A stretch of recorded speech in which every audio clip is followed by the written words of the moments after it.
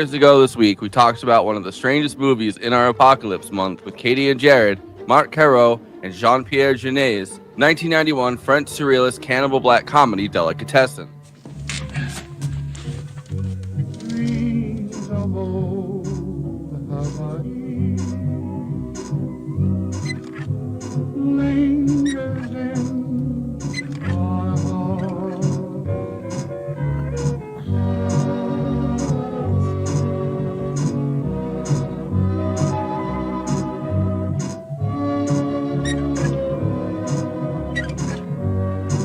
Eerie, vibey, bleak story about post-apocalyptic France, where a worker named Louison, played by Dominique Pinon, arrives at a building owned by a butcher named Clapet, who has a history of butchering and selling the handymen who come to stay at the building to the hungry residents. Caro-Jeunet was a pair of filmmakers who found a way to co-direct using their interests to trade off on the work. Jean-Pierre go on to be one of France's most famous modern directors after directing 2001's Amélie, would handle the actual hands-on directing, working with the actors, and Marc would be closer to an art director, working on the technical, artistic aspects of the film. I think this division of labor makes sense, as convoluted as many directors might find it, when you watch their films and see how much of the films rely on the dark, bleak, tonal world in them. The combination of surrealist whimsy, humor, and grotesque bits make this possible.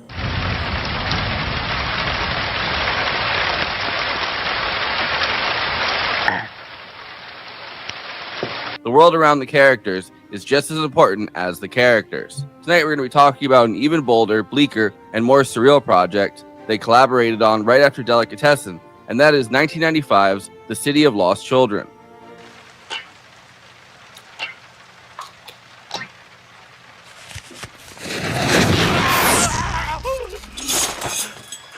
Bouge pas, ou je te trouve.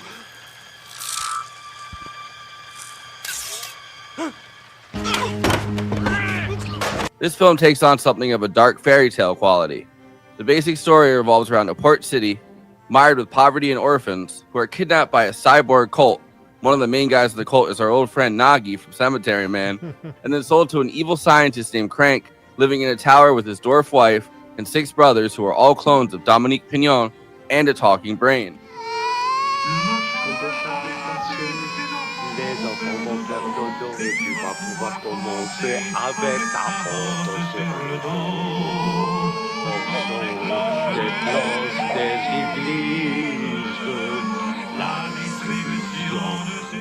And the scientist repays them in cyborg eyes and ears. This scientist and his family were made by a mad inventor who gave them all flaws, and Crank says that he is unable to dream. He claims this has prematurely aged him, and so he invented a machine that can allow him to steal children's dreams. Only the children are all afraid of him and traumatized, and all their dreams turn into nightmares. As they run around looking for children to steal, very dark fairy tale Brothers Grimm coded here, the cyborg cult stumbles on a circus where there are plenty of young children begging. After the head of the circus gets stabbed, the cyborg cult kidnaps a young boy who has been adopted as a little brother by the circus strongman, one played by Ron Perlman, who learned just enough French to learn his lines, which I think is actually pretty awesome. In order to get this little brother back, one enlists the help of a group of kids who have been orphaned into being part of a jewelry stealing racket run by a conjoined twin named the Octopus. Ça va quand même pas lui arriver un accident.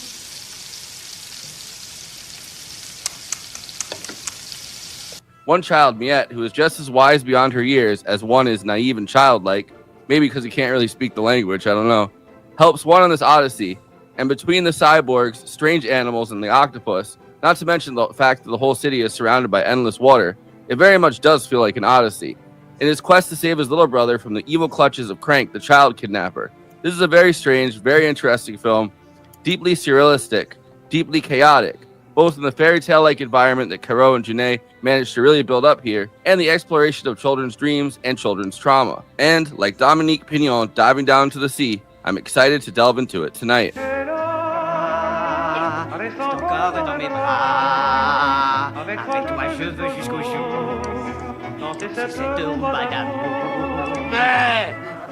Fermez-la, crétin!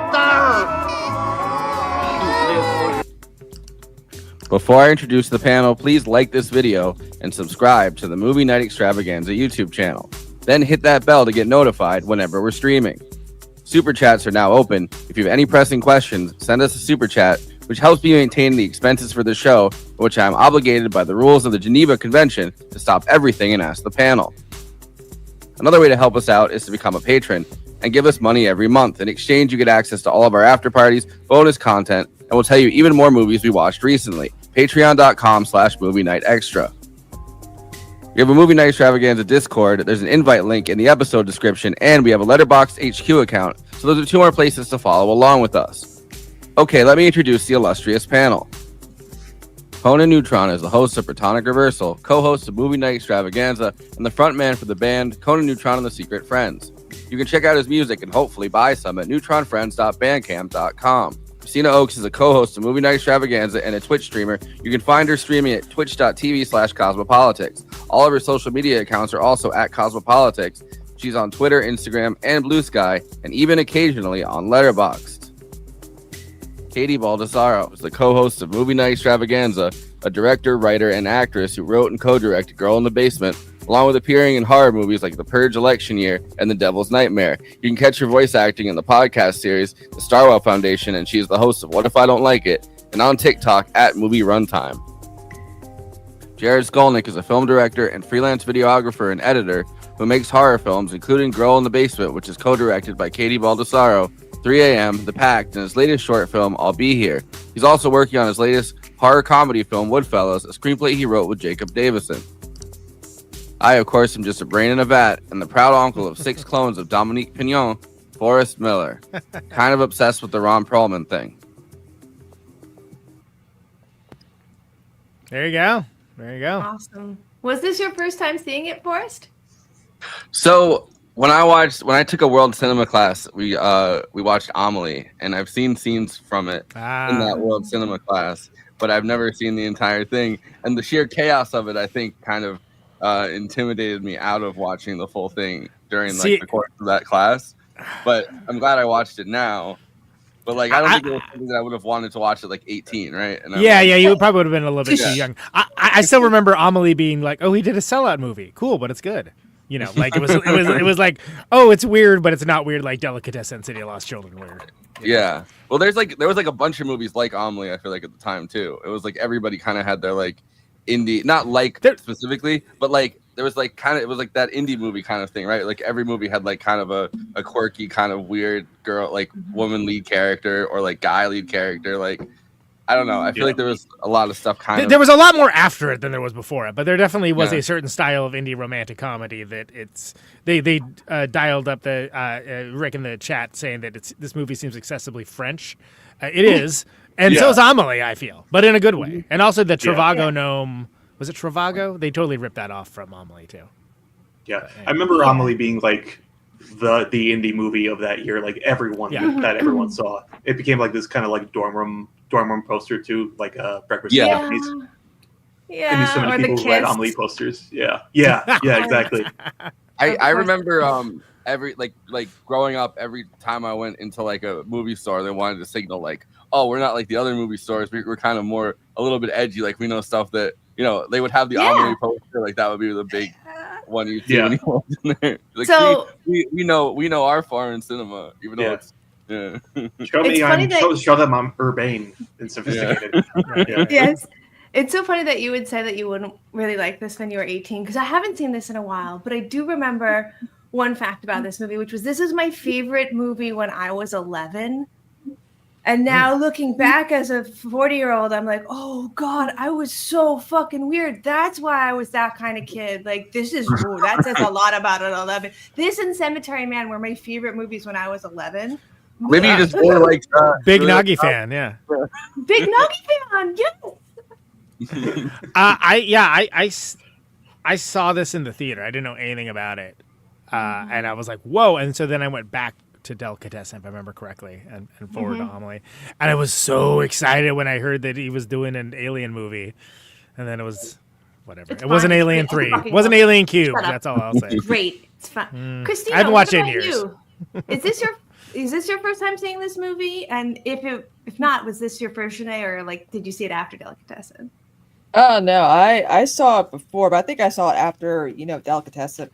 I found it to be very weird. because I was like, it was giving me. I'm like, what's with all the Dutch angles, man? Like, it looks very Dutch angle-y. Like, This why? guy. Why did they have to do that? Did they not? Was this before or after Battlefield Earth? Like, Before, I think. Well, this Battlefield definitely Earth, doesn't wow. have any digital effects in it. So a lot of what they had to do with camera, and they had to use Pinon's like circus ability to hit again and again. Like, no, if you want a circus performer, someone who's going to do a physical action the same time every time, because if they miss the spot, they might die. Like, go get a circus performer. Yeah. You're right. They did have to use a lot of camera stuff.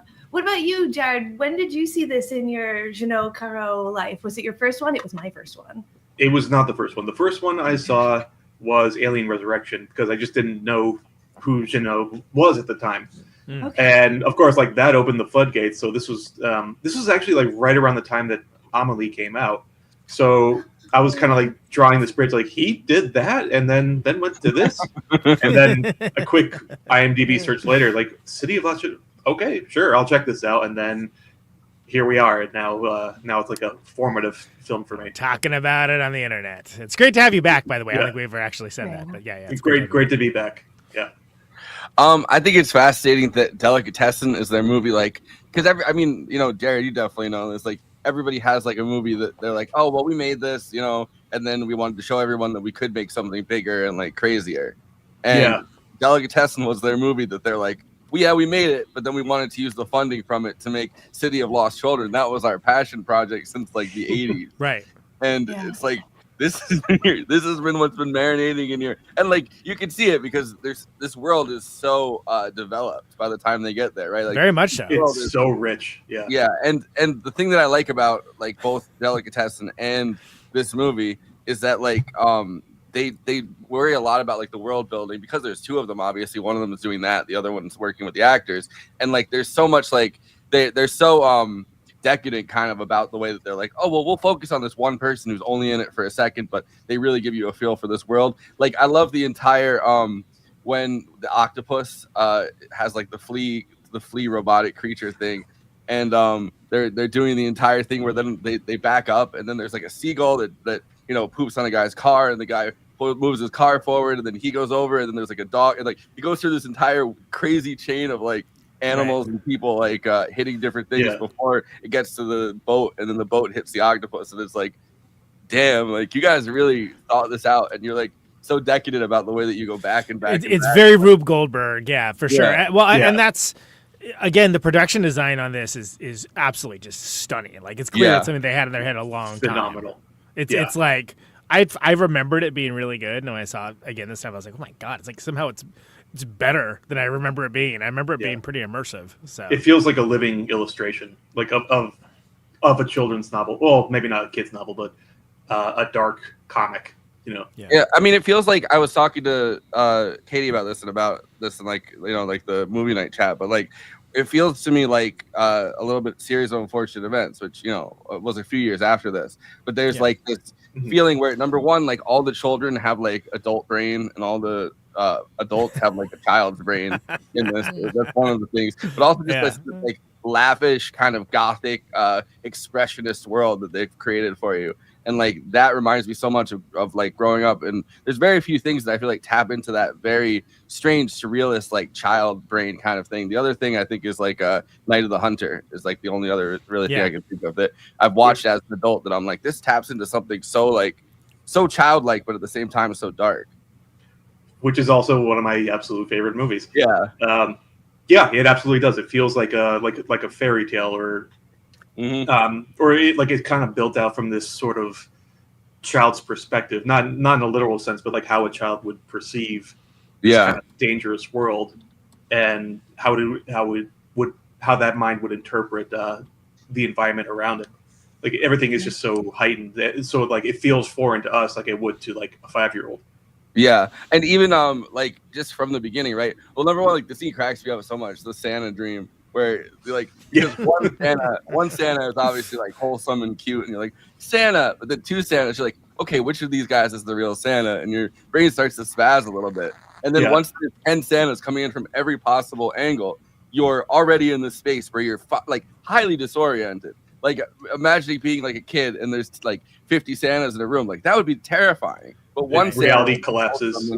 Yeah, and then from that moment, right, like the story is kind of narrated in the beginning by the brain in a jar or in a vat. Not the best way to get over your fear of Santa Claus, if I do say so. Well, It's like they probably. the POV of sorry. I was gonna say there's a thing called SantaCon, and like it is like an actual nightmare. And, Yeah. Oh, I've been. My sister goes every year. The POV of a bartender on SantaCon. I went once when I was like 18. Maybe that's why I wasn't gonna vibe with this. I don't know. Plus, it simply destroys the idea that there is one Santa. It's like destroys the myth. Right. Like this is all false, and that's like the death of innocence is when you remember that you knew that Santa wasn't real. So we're seeing this child's like innocence die in this moment. Yeah, In real time.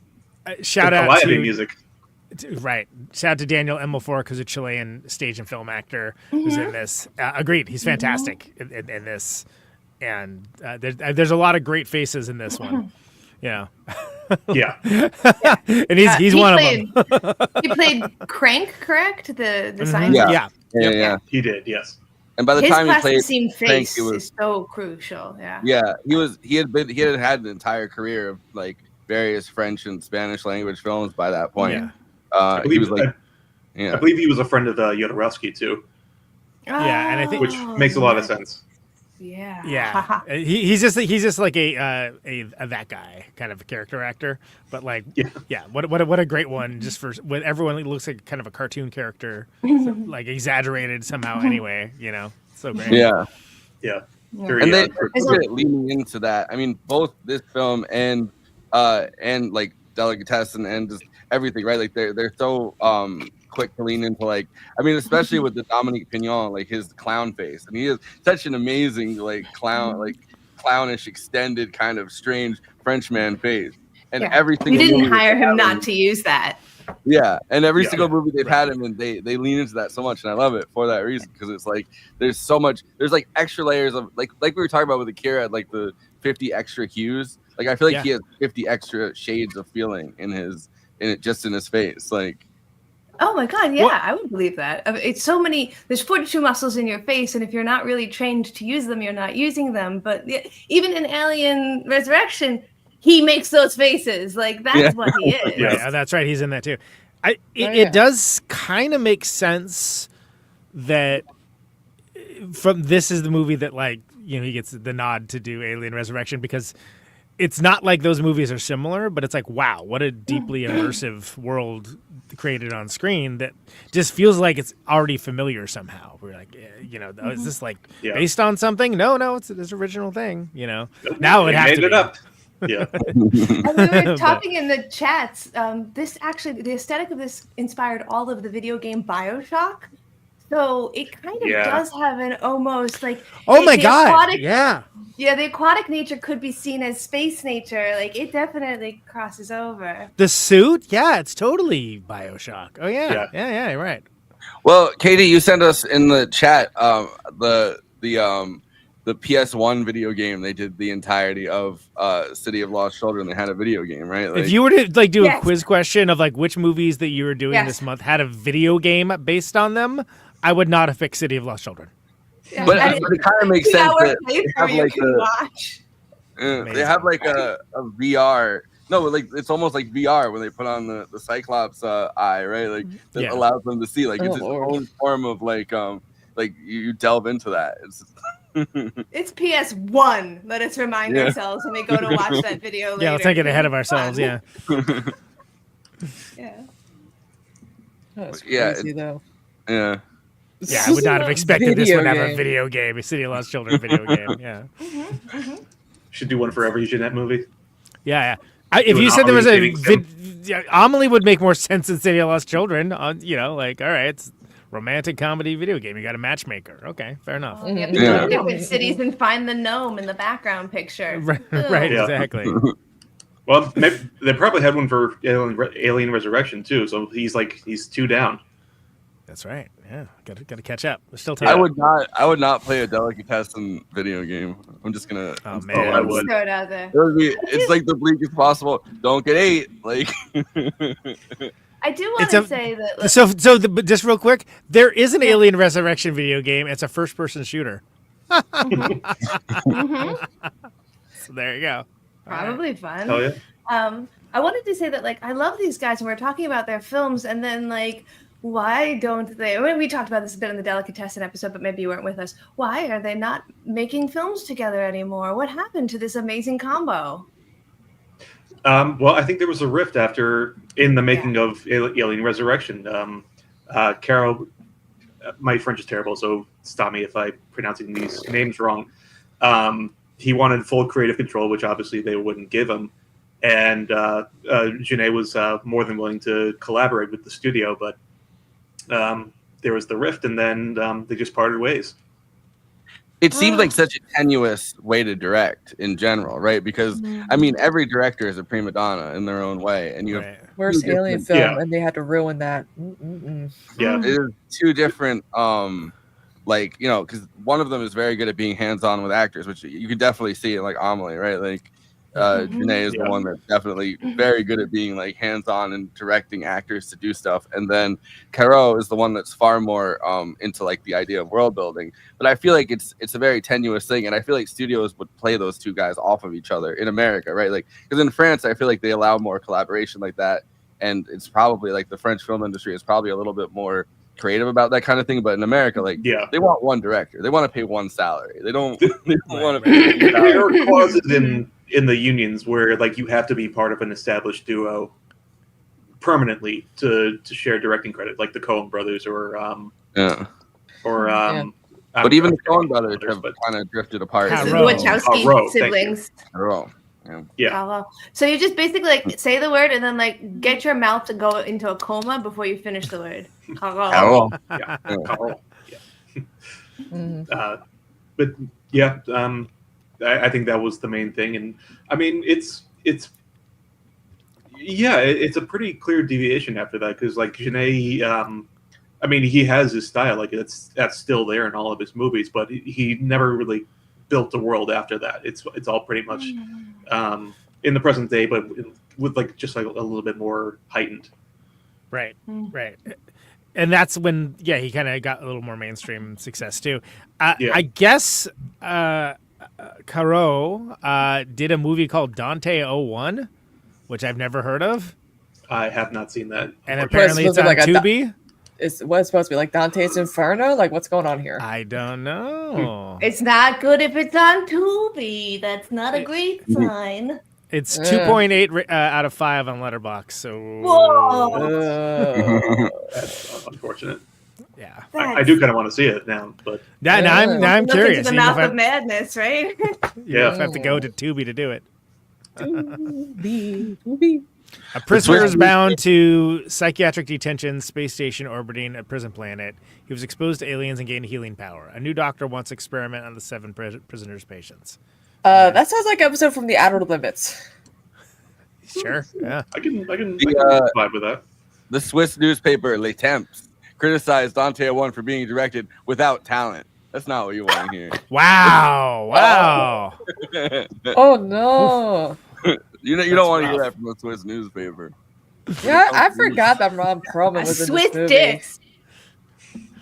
Oh yeah, he's great in it too. Like I'm like French, like what? Like I'm like I thought this was all French actors, but Ron Perlman over here. This was after Beauty and the Beast, right? He was in Beauty and the Beast. It was after that was huge. Cannot overestimate how huge that was too. By the way, like gone from history now, but that show was like ubiquitous. And he did that one 80s movie where they played like right on top. I forgot what it was called, but it was like this weird like ape movie or some sort. But Rob Perlman was gonna Fire. Yes, very distinctive facial features Rob Perlman has. Yeah, he's like Simeon is what you're looking for. Yeah. It's like an ape. So I was impressed. I was like, whoa, he could speak some French. What? No, he just learned it phonetically. No. And in Preston Fire, he doesn't speak at all. So like he went from no speaking to okay, but we'll put in another language a little bit and then maybe speaking.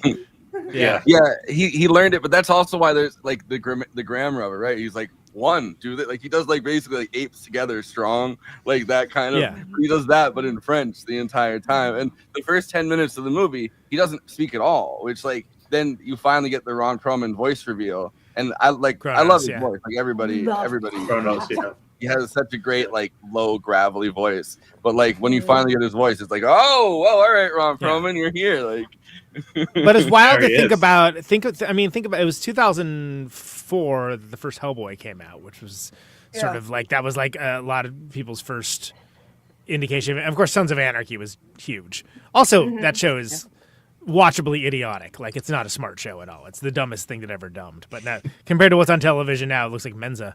But anyway, but he was that guy. You get him for like, that guy looks awesome. Let's get him to like be this role, you know. But I still am astounded that he learned French phonetically. Like, and I think there's some story about how like he was like, oh well, you got no French. He's like, yes, I definitely do. Yes, oui, I know it. that's basically the approximation of how much French he speaks. In this right, exactly, maybe more. Oui. One. My name is One. Yeah, it's the loneliest number that you'll ever do. Yeah. In that remake of The Jackal that just came out, the lead actor is also doing that with German. He can't speak any German, Eddie Redmayne, and they just had him like mumming the lines back from someone who is telling him how to say it. You know who speaks German real well, KT? You and I both know. Dan Stevens. Oh, yes. God, I thought you were going to say Andy. His first film ever was a German film. And he spoke German in Cuckoo, right? Yes. Yeah. Which is streaming on Hulu as of tonight. And I'm gonna watch after this. I'm gonna watch. It's so good. During the holiday week, like I'm excited to. I'm just gonna make a list of movies I think to watch. It is fascinating though that there are American actors who are like, yeah, I'll do this like French-ish type of film or foreign language film, and I'll just learn what I need to learn for this film. Yeah, maybe you can win a César. Just kidding. They never give it a French person. I respect that. I respect that more than I respect being like, oh, I speak all like, because I'm like, you showed up in France to film this movie and then didn't know anything and then came out of there at least saying your lines. I don't think that character though works without it having like this. Well, number one, Rob Perlman obviously is like, you know, he's like a sweet guy, and you know that he's a sweet guy, and like, you know, he's that sweetness is what works to make that character not creepy, obviously, right? Like, but what also, a great dude to play the strong man, though. Yeah, right. Like, what a perfect casting. But I think his kind of broken French adds to that kind of sweetness that you have in this character. Absolutely. I think if he spoke fluent French and was just like saying French, it's like, all right, bro, back away from those kids. But like the fact that he seems mentally like simple, and it's because he's learning the language on the go. I mean, that's part of it, right? Like it's already kind of awkward. Yeah, kind of like an awkward fit for him to be there in the first place. I think that's why the character comes off as sweet enough that you're like, oh, he wants to have like a baby brother and a baby sister. Because if he was like, like speaking like fluent French, I'd be like, all right, how did this guy get this kid he just found? Right, like the fact that the character is kind of childlike, right? Like I think that helps, and also moves it along as that sort of fairy tale mentality that people overuse dreamlike in movies, but this definitely has dreamlike things going on because the whole thing is about dreams. The whole thing it does give elements of like Brothers Grimm because with the conjoined. I'm like, this is giving like Hansel and Gretel vibes for real. Like circus meets Hansel and Gretel, the lost children, which is such a constant like theme, and like I think Forrest even said that. And then like the de rigueur of circus people. You got your strong man. You got the guy with the flea circus. Like it's so hilarious. That's right. Yeah. How like it's just their day to day. Like, oh, scratch my itch and I'll taste that for you. And those are not siblings. Those are just two actresses they made look alike. Yeah, they're nailing it. But like it was no surprise to me. I wound up becoming a circus performer when this was my favorite movie as a child. I have a. I'll play it later. But I have like some of the making of that I grabbed like the English. Like subtitled version of it from YouTube, but it shows them getting into the costume and like trying to fantastic. The entire thing. But I want to keep the conversation going for now, but I'll play that in a little bit. Yeah, I like the fact that octopus character though is like an ancillary. Like she's not the big bad of the movie. Because like I feel like if she was like the main antagonist, right? Like I like that there are several layers of strange antagonists that make it feel way more like a fairy tale. Because it's like, all right, well you have to slay this woman, and it's like almost like an Odyssey in a weird way. Like this woman's like coming after you and you have to get rid of her. And then you finally get to the giant oil rig, and that's where like the real big bad is. But then the real big bad is like kind of almost sympathetic in his own way. And it's not like kind of pathetic. Yeah. Yeah. There's a sadness to him. Yeah, and you're describing mini bosses and then a mega boss. So again, I now understand how this became a video game. Yeah, that's true. Where's my PlayStation? Let's fire it up. Yeah. Exactly. Like, I wonder if you have to like fight seagulls, because there's so many seagulls in this movie. And we'll put it on with Crazy Taxi. Crazy Taxi. I don't know the answer to like how they just got a pelican to act in it. Like, yeah, carefully. It was probably the most frustrating day on that set. Yeah. Week, probably. Yeah, exactly. There's also like there's a lot of things that are very frightening in this movie for like I feel like for children, but it's handled in such an outlandish way that it works really well. And like what I'm thinking of right now is the scene where it's a horrifying concept. They have them standing on the edge of the edge of the sea, right? Like on the dock, and a bunch of fish. And each time a seagull comes and lands and takes a fish, it makes it more and more light. So eventually, when enough seagulls take fish, they're gonna fall into the ocean and drown.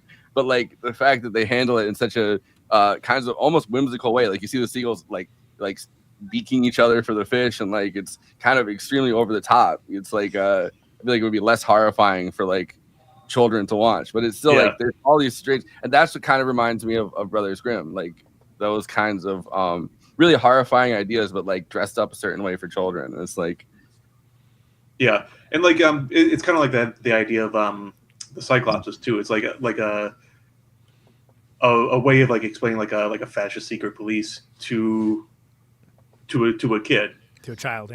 Yeah, it's like, well, they watch everyone all the time. Oh, so they're Cyclopses. And they have big eyes, and they're always like looking for something. And it's like that kind of not just dreamlike, but like fairy tale logic.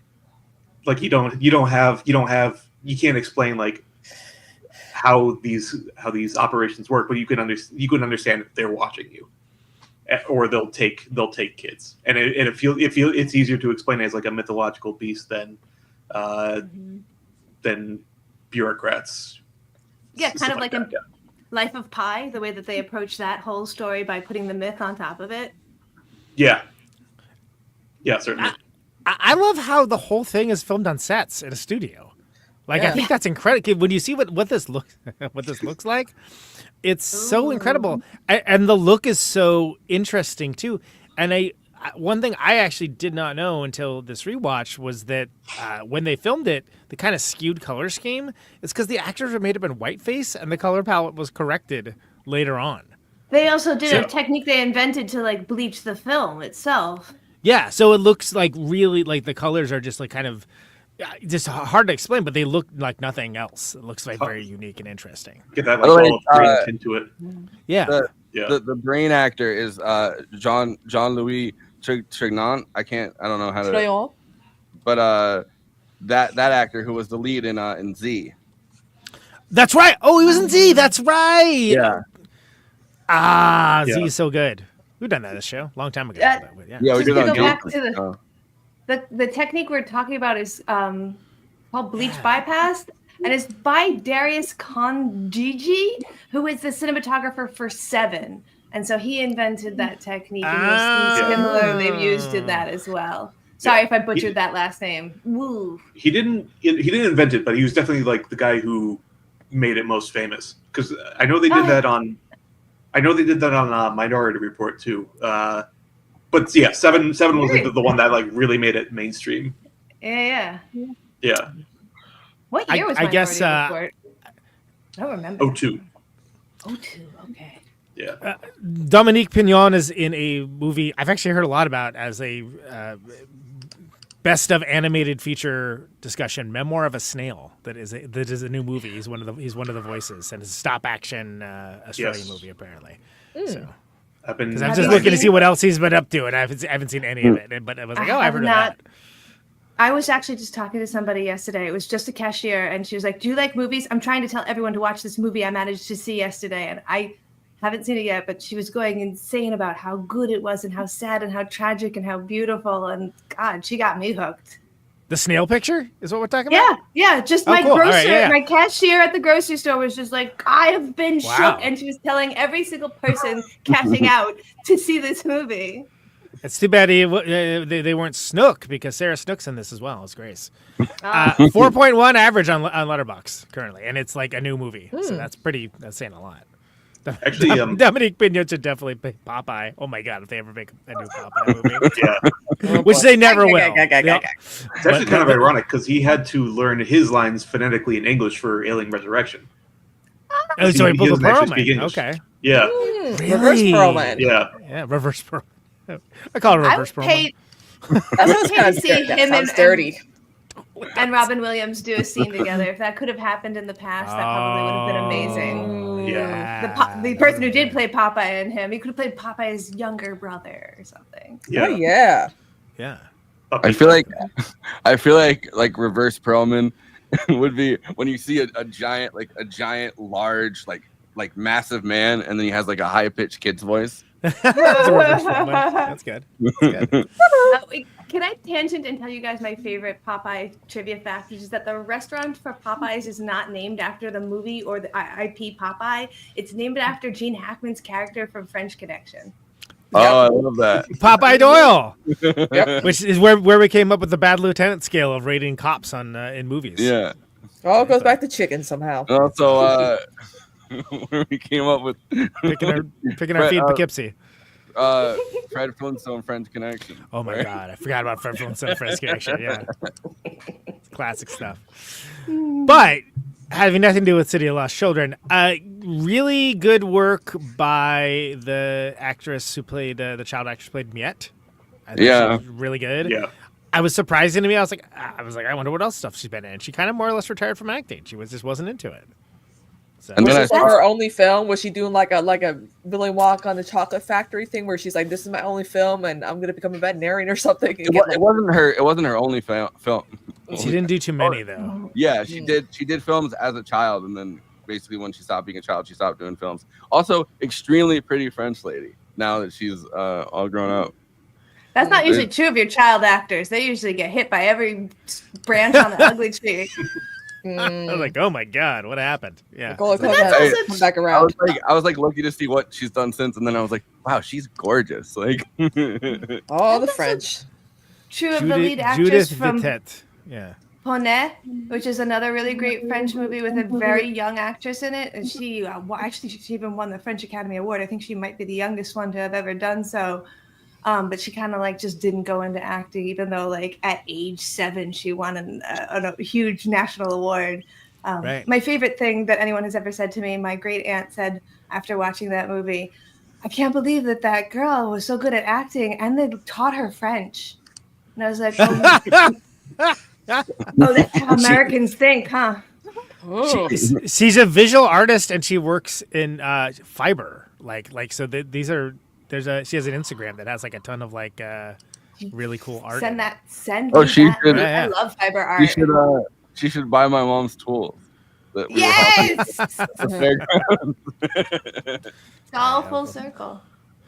So do you guys have this woman's gonna be like, why did I suddenly get like a dozen new followers? They did a retrospective a few years back of like Caro and Jeunet, and they reunited actually. Like they their rift is over, and they had a bunch of pictures that they took, and it was like an interactive exhibit that had Delicatessen stuff, and it had City of Lost Children stuff, it had Alien Resurrection stuff. I'm sure they didn't really go into that corner, but it was. I wouldn't. I would not. Water under the bridge, probably. Hopefully. Water under the spaceship. I don't hate it that much. I kind of like it. Ron's hair look nice. Ron Perlman. That's so wholesome.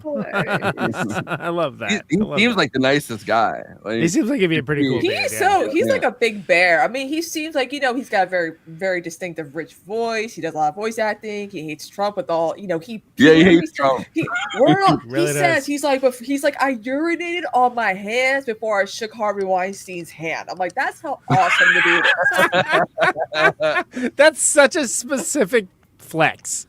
Wow, yes. I love it. Yeah, he does that all the time. That's wonderful. So this is This is both. Urinated on my hands. Wow. Okay. This is both talking to the woman who played the.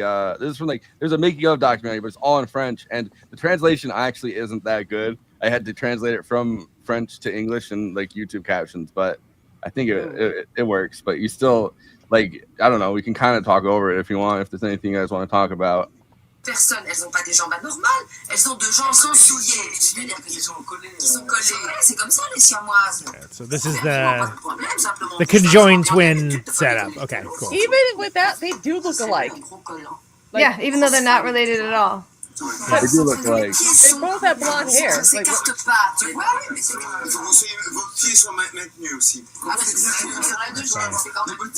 one of those situations where there's 7 people.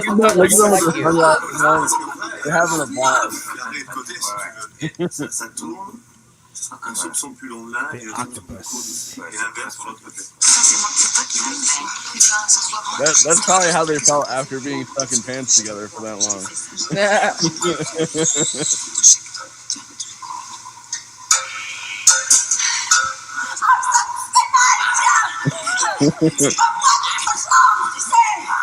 There's so many shots in this movie where if the actors' bodies don't do exactly what they need to do in such a tight frame, you have to start it over again. Look, they had a bunch of body Dans la doubles. Cité des enfants perdus, je fais plusieurs personnages. Je fais d'abord une série d'un certain nombre de clones. Les clones, on peut presque ajouter un W, c'est presque des clowns. And again, all of those shots are composited. They're not digitally done. Yeah.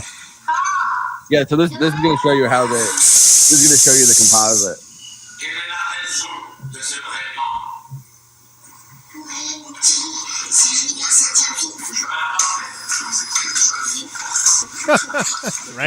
right into the cake. Oh, Peter, the guy who would eventually direct Catwoman with Halle Berry. What a that's a fantastic movie right there, honestly. What a career path. Yeah.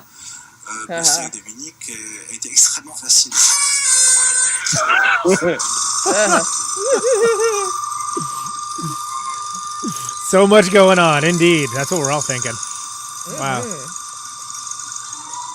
That has to be a motion control camera. Yeah, there's a lot going on.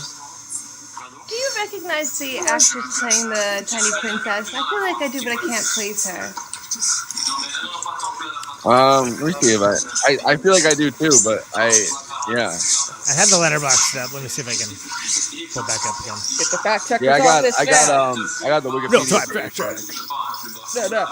Le principe des clones, on a utilisé deux techniques différentes. Il y avait la technique de fond bleu. Si les clones se recouvraient beaucoup, donc s'il se passait beaucoup les uns Is sur there les any autres, benefit to a blue screen versus a green screen? sur un fond bleu.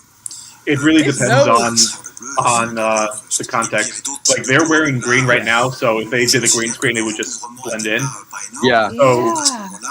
His So, nose is like half of his face. It's really. Chroma keying will work on any color, but apparently blue's more common than green. You know, so it's just that's how it became the standard. I think blue is more common for effects. Well, no. I mean, that's not what I mean. I mean screens. Oh. Like the screens are because blue is more commonly going to be on film than green is. Yeah, is what I mean. All right, That's how right. they got standardized. I've just noticed like with blue screens, I noticed a lot of times there's like big films with like a lot of either special effects or like a lot of composite kind of things, and I noticed the green screens a lot of times it's like a smaller radius. But yeah, blue is definitely more common to be on screen than that kind of green is. Muriel Mossi's a theater actress, largely, apparently. She's done a lot of theater in France. I recognize her. And I've not seen any of the rest of these movies she's in. But yeah, Swimming Pool. Swimming Pool. All right. That's nothing. I don't know. What is that? It's a movie about a swimming pool. About a swimming pool. What do you think it is? Yeah. Girl on the Bridge. Endspiel. Fool's Fire. Yeah, I haven't seen it. Most of them are TV movies. Oh. All right. And like But that's French very TV interesting movies, about the difference for when to use a green screen versus when to use a blue screen, because typically we always think of like, it's green screen. People just want to say the word green screen to mean like the background's not really there. Like Frisbee, like it's actually a flying disc. Actually, the toy is called the flying disc, but it's Frisbee. Disco golf. Yeah. What, It's Kleenex. Anyone? Jared, have you ever worked with a green screen before, or do you hate it? Do you like it? Like, I've never worked with a green screen very often. We did a little in Girl in the Basement. Yeah. We did a little bit, yeah. A little bit. So I haven't used it extensively. I have used it a few times with our friend Dimitri's film. Like, if you're gonna, if you have to create something out of like whole cloth, it's good. And there's a lot of incredible uses for it, but it is difficult to key stuff out in like a really refined way. It takes some getting used to, for sure. Yeah. And you're really going to be kicking yourself if you don't get your lighting right. Like the lighting makes all the difference in the world. I did the Crybabies video, which I don't think ever premiered on here, but I directed that one. It's all like fake, chyrons, like cable news style, right? That's entirely green screen, the entire thing. And there's a couple other ones that have like small green screen scenes, but like we premiered it on here. I think when you were on tour. Oh, okay, cool. But it doesn't. Basically, like even if you don't think, even if you think the lighting makes all the difference in the world, whether it looks like crap or not. It absolutely does. Yeah, that's something you have to be really careful about.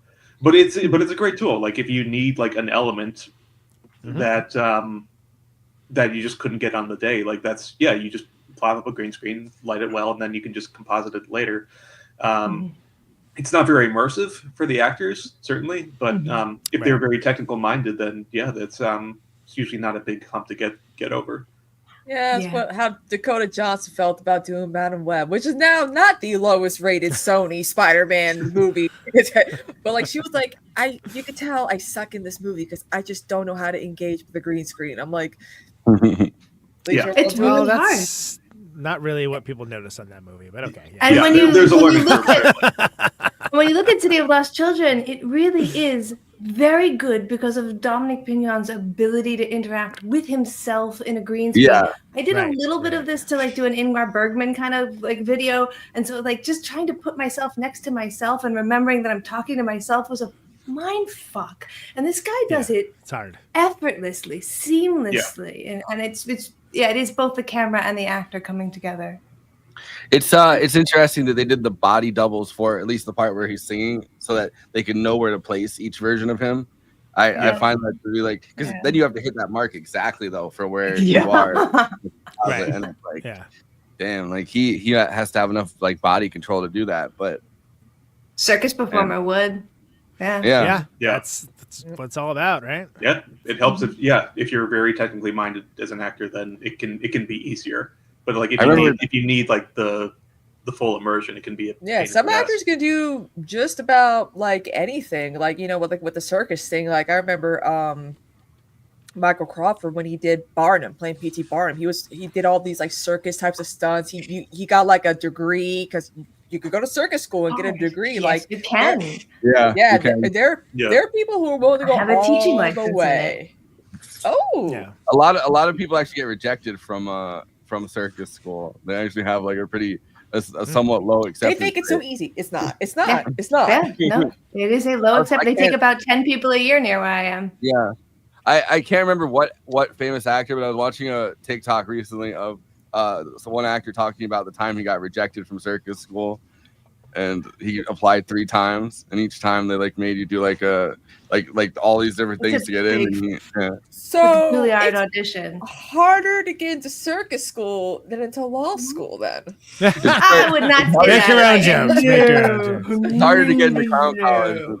Oh, what do you think I got a degree from here? Clown college? I think it's fascinating. It's a whole legacy thing, Ron Perlman is 45. Whoa, 45. When he made this movie, he was 45 in this movie. He's like, good for 45. He was born in 1950. Yeah. Crazy. Like, he didn't do Hellboy until he was 54. The first does Hellboy, not I might crack. add. Yeah. And I was That like, man's look fit. at baby Ron Perlman. No, look at middle-aged Ron Perlman. Yeah, look at, like, Yes. abjectly middle-aged Ron Perlman. Yeah, absolutely. And the camera still- even handled 20-year-old Ron Perlman. I know, yeah, what was that like? No. Oh, We no. would- we would- Well, I like guess a that would have Beatles been... concert. On the Quest for Fire, he was in his 30s. So Beauty and the Beast, he was in his 30s. And Yeah. like, oh my God, so many happy housewives. They had to put the makeup on. That's called rolling a Exactly. nat 20 on. Enough said, Well, thank you. But I do think that there's something to be said for actors who are really, really good with their body. Like Doug Jones and Andy Serkis are both actors who act, but are Yes. primarily known for their like stunty performances and getting in maybe non-speaking roles. But now we have Doug Jones in What We Do in the Shadows, with Andy Serkis directing the next Lord of the Rings. Like it's nice to see that getting the respect that I feel like it should. Yes. Yeah, absolutely. I mean, Andy also does a lot of different speak. I mean, he's Alfred, in the Robert Pattinson, Batman now. Like everyone's like, Forgot about that. with him Oh, yeah. doing Gollum and the Yeah. Planet of the Apes, a lot of people are like, he should have gotten nominated for Oscars because he was able to really capture the emotions these characters are feeling. And I agree. Like, Well, you see him Actors are through saying it's the. hard to act under these circumstances, and he does it well.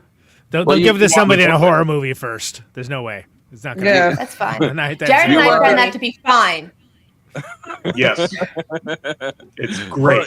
But you see Love it. like the actual like clips of him getting ready for Lord of the Rings, right? Like shooting the scenes, and the way that his body moves changes so much based on who he's playing. And it's like I remember watching him jump into the water over and over, like the freezing cold water, to try to Yeah. do to do his Gollum and like grab the fish, and you just do it over and over and over again. Well, and there was Yeah, so much I to mean, focus that's- on with Lord of the Rings, which is one of the reasons why we did 2 episodes on it, right? Of course, for the whole trilogy, which is probably could have been a third one easy.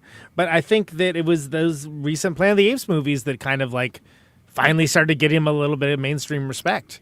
Because again, you don't have the character if you don't have the mocap, right? Like it's physical movement. Go back to like pre-talkies. Look at Charlie Chaplin.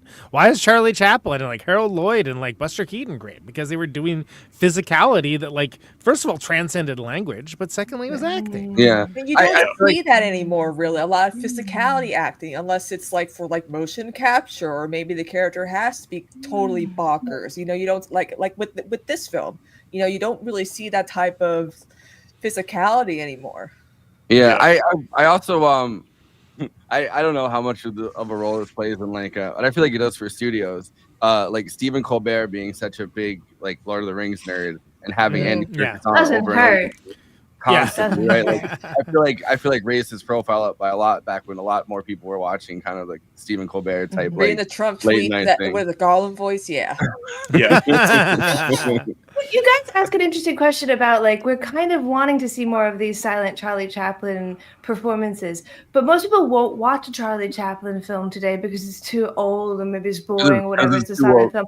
What do you think is the closest thing that we've ever kind of come to doing that most recently? And do you think that we could really do a Charlie Chaplin style film now? I got an answer. Hundreds of Beavers. Thank you. Final answer. It's great. Yep. Yeah. And It's It's people- basically it's the Gold Rush plus Legend of Zelda Plus Looney Tunes. plus Looney Tunes. I think- Tex I Avery think at least. that- Yeah. I think that incorporating elements of like that kind of silent film into films that aren't silent films The has artist. kind of has worked. Well, I mean, even like when we watch Beetlejuice, and I'm not going to say it a third time, right? Like, there's the entire sequence where it's like almost like a Mario Bava, like silent, like almost silent kind of era Mhm. film, and Yeah. doing all of that. Like, Yeah. I feel like you can incorporate a lot of that. Also, short films. I feel like you could probably do a silent short film and people would watch it. It's just Yeah. attention spans are like Yeah, crazy. I mean, I remember season 1 of Legion, the Falero scene. That silent film sequence was really good, and it's like my favorite moment from the entirety of season 1 of Legion was that little silent film sequence that they did. Yeah, some sequences don't even need dialogue. Like the opening to There Will Be Blood is almost 15 minutes of just, you don't think that there needs to be someone talking. There's no one for him to talk to. When it leans and adds to the scene, I can definitely see it. I don't know if it necessarily needed to be silent, but like that kind of slapstick, it's hard to work in and not feel dated sometimes. I think like the closest thing we've had in maybe like the past 30 years is like Mr. Bean. Or even if not silent, like Jim Carrey is probably the most physical. Alrighty then. Which he does. The stuff that he's able to do with his face is similar. I feel like to like somebody like Dominique Pinon. Like he said he wants to do the bridge again. He doesn't want to do the makeup again because he had like CIA training to handle all that makeup. I'm like, but makeup's evolved though, Jim. You can do it. I'm not spoiling anything, but I have seen the new Nosferatu. And if we're going to talk transformative acting, like what Bill Skarsgård did for that performance is a genuine transformation. Right? You would not know it's him if unless someone told you. I'm glad to hear it because we already resolved to cover it, so I'm glad it doesn't suck. Yeah, I already have my popcorn tin behind me. You will be satisfied. Pretty much everybody that I know that I've known that have seen a screening of it is like, oh yeah, Nosferatu. Yeah, Thomas Jerome Newton in the chat. I'm just gonna read this. I'm just gonna run over everyone until I can read this. Probably also Wings of Desire. Great. Was it Solveig de Martin, like her trapeze character that's in that? Yeah, I totally forgot about that. Yeah. And that could be also a very physical performance too for Bill Skarsgård because since he's got a tall, lengthy body, he's known for doing a lot of like physical acting too, which is yes. Well, someone instead of theorizing it, we'll eyes are very mime-like. And you would not know it's like the same guy who plays Pennywise. And it's kind of different to talk about like. So I have been trained in clowning and aerial clowning, and there's like a somewhat different differentiation just between what we as Americans think of as kind of clowns and what like I think Caro-Jeunet are pulling on when they're talking about clowns, and more of what we learned from Cirque du Soleil, the incredible like physicality and whimsy, as opposed to like I want to say chaos. I feel like American clowns have a lot more of a chaos factor, which is partly why they're so scary. Whereas like French clowns are like, let me help you heal your childhood trauma. Like I like that. Well, it's considered an art form too. Right, that's it. It's considered an it's supported by the government by grants in a way that we don't do here. I mean, I blame Tim Curry for all this, but he knows so well. He knows. Has anyone ever seen the video of Hillary Clinton interviewing the 100-year-old French clown? You don't actually have seen that, yeah. It's crazy. No. It is one of the funniest things I've ever seen. And it was for that Fakakta show where, oh my God, yes, I remember very well. It's the only episode I watched. I was like, I ain't watching the rest of these. No way. It's like this guy who looks like a clown without makeup. Like if, like just looking at him, you would say like this man is a clown. He's like little clown face. Is what you're saying. Comedy is difficult, Hillary, but the clown that is much different. Yeah, he's so. Like, of course, yes. He's so French clown. He's a very old French clown, and that is immediately apparent. And also immediately apparent is he doesn't really know why he's there, and she doesn't really know why he's there either. Yeah, it's pretty amazing. I gotta find that link. So but I gotta say, please send it by way because that sounds superb. But Katie, with what you're saying, like I think I'm like thinking about the opening scene to this movie, right, where kind of the thing is it's all the different Santas and they're all just kind of entering the room and like that feels almost like the American style of chaos clowning versus like what somebody like Dominique Pinon is able to do. But I mean, we kind of the only time we really have like mimes as like a thing is like when we're kind of making fun of them in American culture, and it's like mimes. Chase the clown. Like it's more of a Shriner's joke to be like, how many clowns are in this chimney? Right. Yeah. I have other clips that I grabbed from the. There's a lot with there was an interview that I think it was more recent they did for this retrospective thing, and it's Caro and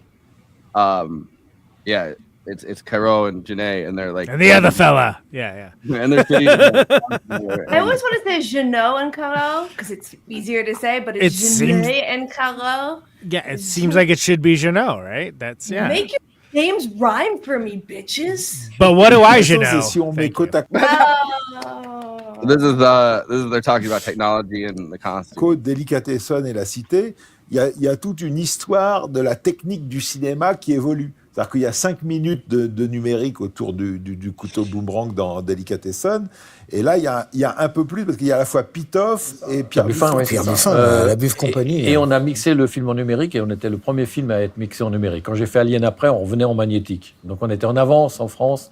On a toujours innové, on a été en avance sur la technologie. C'est un truc marrant d'ailleurs, c'est qu'on nous a parfois reproché l'aspect vintage, un peu passéiste, même au trait de vide ou péténiste dans ces cas-là, sans se rendre compte que pour reproduire cet aspect vintage, on a toujours été à la pointe des plus hautes technologies. On ne vit pas du tout dans le passé. Au contraire, on adore ces technologies et ces jouets. J'ai lu que Jean Rabas, qui est donc celui qui a construit ce décor vraiment formidable, vous a suggéré de changer le début du film où en fait l'enfant était tué. L'enfant du premier cauchemar était balancé à la mer. Il balançait l'enfant à la flotte et Jean Rabas arrive un jour, il dit, parce on était en Normandie en train de travailler sur le film, il dit « Oh là là, ça va flipper les enfants avec ça !» Et là, tout d'un coup, je prends conscience qu'il a raison, qu'on est en train de faire une connerie. Et Marc nous insulte. On avait un petit peu raison. Et même ce film a été perçu souvent comme un film très noir, faisant peur aux enfants. Au moins de 17 ans aux États-Unis. Aux États-Unis, la gifle à miettes, mon Dieu, c'était toute une histoire. L'histoire du couteau dans l'œil de l'aveugle, ça c'est une idée à moi un peu limite. Enfin, c'était noir hein, quand même. Regarde les premiers Disney. Ben oui. Les premiers Disney, tu regardes Blanche-Neige, Pinocchio, tout ça. Il y a des Bambi, les contes de Perrault, séquences tout ça, ouais. super flippantes. Tu lis n'importe quel conte de Grimm ou de Perrault, où tu regardes les illustrations de Doré, c'est pas Wayne Again. Maintenant, ils te font que des couleurs. C'est un film qui est émotionnellement très fort, quoi. Donc, Alors, moi, c'est ça qui me fait le plus étrange, comme ça. C'est que t'as des mômes, là, des fois je fais des workshops, là, tu vois, ou des masterclass, ou je sais pas, tu vois, et puis t'as des mômes, mais ils avaient, je sais pas quel âge quand le film est fait, ça les a vraiment marqués, comme moi, Freaks, ou des films, tu vois. Ah, c'est merveilleux. Ouais. C'est le plus beau des prix. Ah oui. Mais un des plus beaux, comment ça s'appelle, compliments qu'on nous avait fait pour Delicatessen, c'était déjà après avoir vu le film, ils nous disaient: mais vous êtes déjà venu dans mon immeuble? Moi, à votre place, je déménagerais quand même, tu vois. Alors, j'aimerais bien que vous me parliez de votre collaboration avec Jean-Paul Gaultier, parce qu'il a fait les costumes, mais Jean-Paul Gaultier, c'est un artiste, c'est un univers à lui tout seul. Donc, comment votre univers à vous, qui est déjà très constitué, a pu se marier avec son univers à lui? Non, mais je le connaissais bien, moi, Jean-Paul, parce que j'ai déjà bossé plusieurs fois avec lui et Régine Chopineau, pour des chorégraphies, pour des trucs. Et donc, quand on a sorti, quand on a fait la première de Delicatessen, je l'ai invité à venir voir le film. Et en sortant, il m'a dit: ah, c'est super, génial, Marc, ta. Pourquoi tu m'as pas appelé pour faire les costumes? Quand on est parti pour faire la cité, allô, Jean-Paul, tu te rappelles?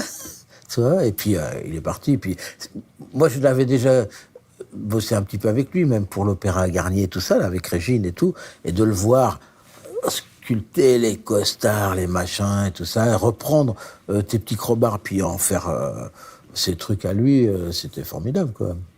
En plus, il n'avait pas un budget énorme, et parfois il y avait une assistante qui venait, qui lui disait: ah, Jean-Paul, c'est bon, il disait.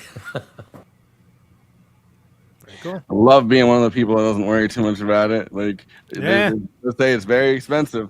I say that's fine. I'm not worried about it. Yeah, great. Someone else's problem. I would love to hear that more often. Yeah, exactly. Sounds cool.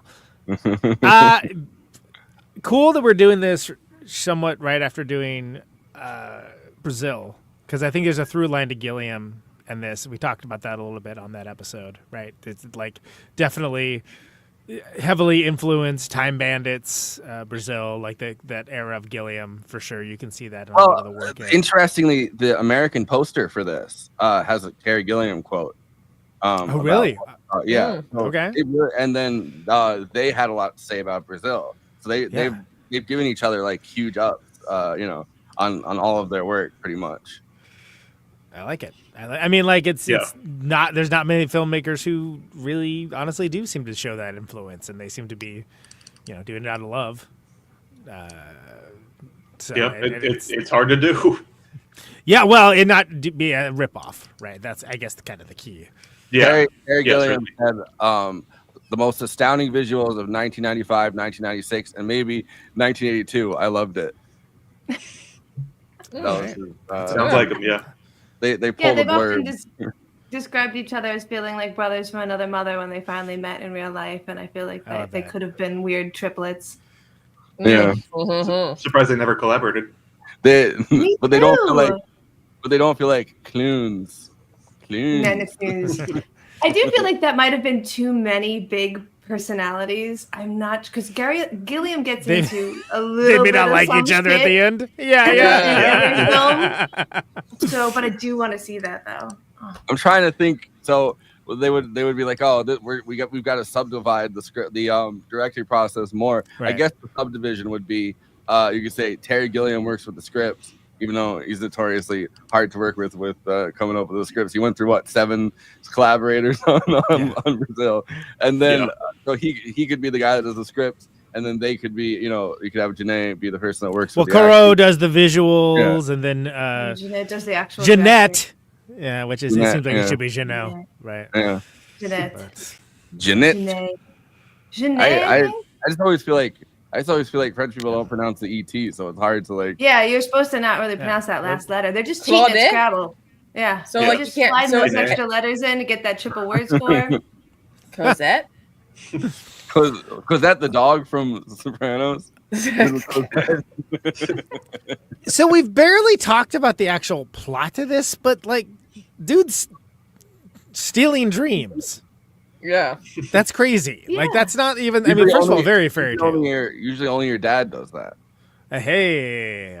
And so this is based on a real scientific observation that we found, where if you sleep deprive people long enough, they cannot actually function. They can't continue to live. It will make them so sick they'll die. So there's this implication that humans have a survival need to dream. And that's how we start to get this story. You hear that, anarchist? We cannot be abolishing bedtime, okay? We need to sleep. I also think like your dreams are how you process what's happening in your reality, and which is why people start to like freak out if they. I mean, like there's a lot of people that can't really have vivid dreams, like if they smoke weed a lot, like, and they start kind of losing it in a way because they're I haven't tell you. Why that happens. It's your brain does not no longer goes into the REM cycle when you smoke that much cannabis. Yeah. And so you start to not dream anymore. That explains my mom. She cannot remember her dreams at all. She's like, I'm in a bad mood. She's not dreaming. Like, what? I'm like, what happened? There's like a thing where remember. Your dreams are kind of, and this is what's been played with, and I think what's fascinated artists so much, like your dreams are how you process your reality, and it might not come out in a linear fashion, and it might not come out in a way that you like, that in a way that reflects our reality, but it is your brain processing whatever's happened to you in the day, whatever's happened to you, I mean, it can go deep, like what happened to you as a child, looking through, but like, Yeah, so you get the other edge of that sword where some people actually have night terrors and need to dream less. Like this is kind of like a slider thing. You can dream too much, kind of the situation that happens in the plot of Sandman, where everyone stays asleep and they can't be in their own reality. So there's the fear of too much, and this is kind of the fear of absolutely nothing if we go completely to the other side. Right. Yeah, certainly.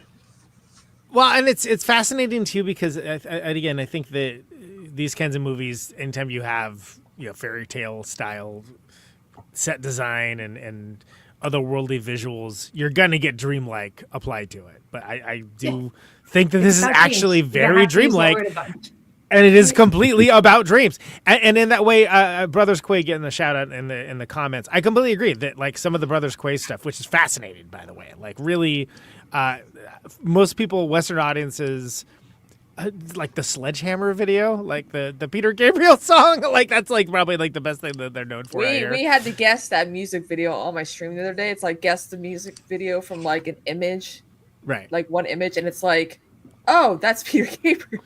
Okay, well if you remember that video, that's the kind of the style that those guys do that are sort of like fellow travelers to Jeanette and Caro and everyone else, because they're making things that kind of just seem, again, dreams or nightmares, depending on what your mood or intoxicant level, I suppose.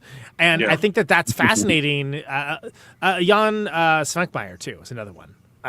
He did a great version of Alice in Wonderland. I think this is called Alice, if I remember correctly. Well, the one with the taxidermied rabbit. Right, exactly. Yeah, they're taxidermy animals and they're moving around. It's crazy. But like it goes back to what we were talking about earlier when you mentioned Lemony Snicket, Forrest, that like all these things were like fellow travelers and a vibe and culture that at the time there wasn't that kind of mainstream availability. Like the idea that we make a Lemony Snicket movie, let alone multiple ones, let alone a TV show, let alone have any kind of monoculture sensibility, was laughable. Let alone let him write and direct it. Like, absolutely. I mean, it just was not feasible. When those they tried to make one with a different director and writer, and it did not go well. And about last thing, finishing this up, is that Terry Gilliam has probably at this time had like one of the best track records, and we all know that track record ain't that good for getting things into the monoculture. And it's wild that like some of these things managed to get through it all. Let alone make a star-making tour, or at least get him on the radar for people for Ron Perlman. Yeah. Well, like adding just a layer to this part of the conversation, right? Like we overuse, well, not we, but like, just as a culture, we kind of overuse the term like Lynchian, and we've talked about that like 1,000 times. But they really he hates it. They really did get number one, like before they were scoring the movie, their dream composer was they got Badalamenti, yeah, but he was their dream composer, and they actually scored it with the Blue Velvet soundtrack. Yeah. So all of the original music was Blue Velvet music, and then finally they like, and I have a clip where they talk about how they somehow just stumbled onto him and like got to ask him. But like, it's one of those fascinating things that it's like that was their goal and like they achieved it. But it's like this movie would have had like the original cut would have just been the soundtrack for Blue Velvet. Like, this absolutely, and KT, I knew you had a point coming up, but real quick, this is worth putting on air for. Probably Hollywood started hiring Tim Burton because he was similar to Terry, but easier to dominate, which goes back to our Beetlejuice conversation, right? Yeah, and that's definitely the dude got co-opted. He realizes that it's probably right. That's why I'm glad he said this is not going to be just a Max release. This is going to be released in theaters. Okay, like be for real. Yeah, great. Yeah, I KT, think what were we it's gonna really say? interesting. Yeah. I think it's really interesting that we're talking about the use of dreamlike in a lot of stories where it's like kind of important to have an unreliable narrative, and we're not entirely sure if we're experiencing what we're experiencing. That happens in Pan's Labyrinth. That happens in Life of Pi. But for some reason, as dreamlike as this reality is, I never once doubt what I'm seeing to be the actual representation of what we're interacting with.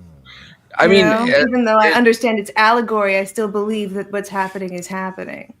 I mean, I think some of that is that the world is so deeply rooted in what you're seeing, right? Like you can't really you can't detach that incredibly like detailed world from what you're seeing. So it's like you have to kind of believe it, because it's like otherwise, like what the fuck, like what are you, like is it just Crank just kind of freaking out in his laboratory or whatever? Well, you believe it in the way that you hear a story about like the 3 pigs and the wolf. Well, like the wolf blew the house down and these pigs are humanoid, and like it just works for you. You don't question it in the way that you don't question dream logic. Like, so I was at my friend's house and then I was flying like a bird. You're like, it just makes sense. We're going to the next scene. Yeah. If you get too bogged in the details, then you actually lose it a little bit. Right. That's how you have to write a script, though, right? Because if you get too bogged in the details, you don't get the whole thing out first, and you get too down, right? You just have to put the important images in their head, and then their heads will fill in the rest.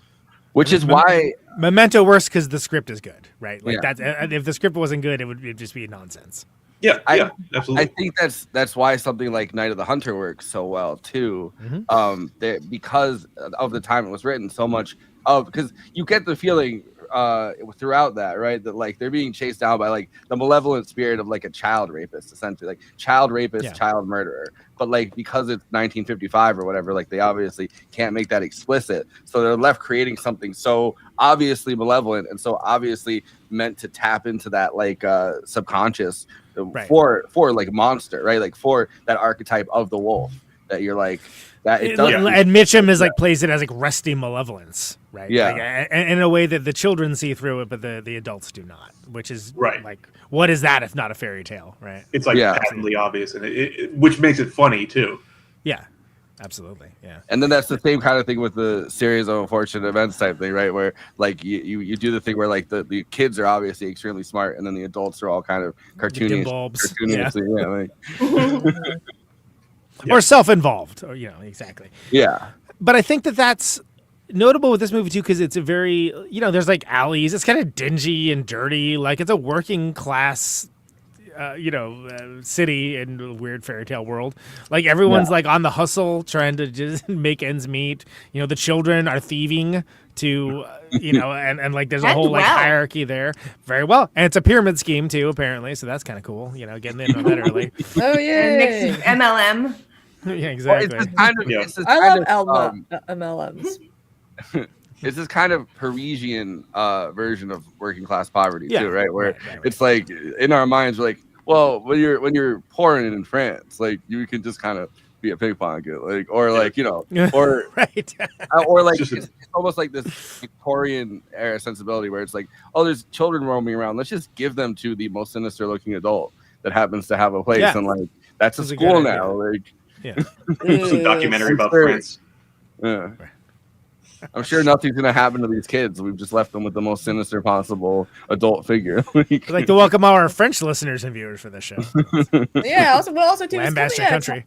And we got to think about this. Also coming too, where like the satanic panics were still going on, where you just can't trust, your kids with daycare workers and adult strangers because mom finally has to go work outside the home. Like it also plays on like that, and we still deal with those types of mass hysterias today still.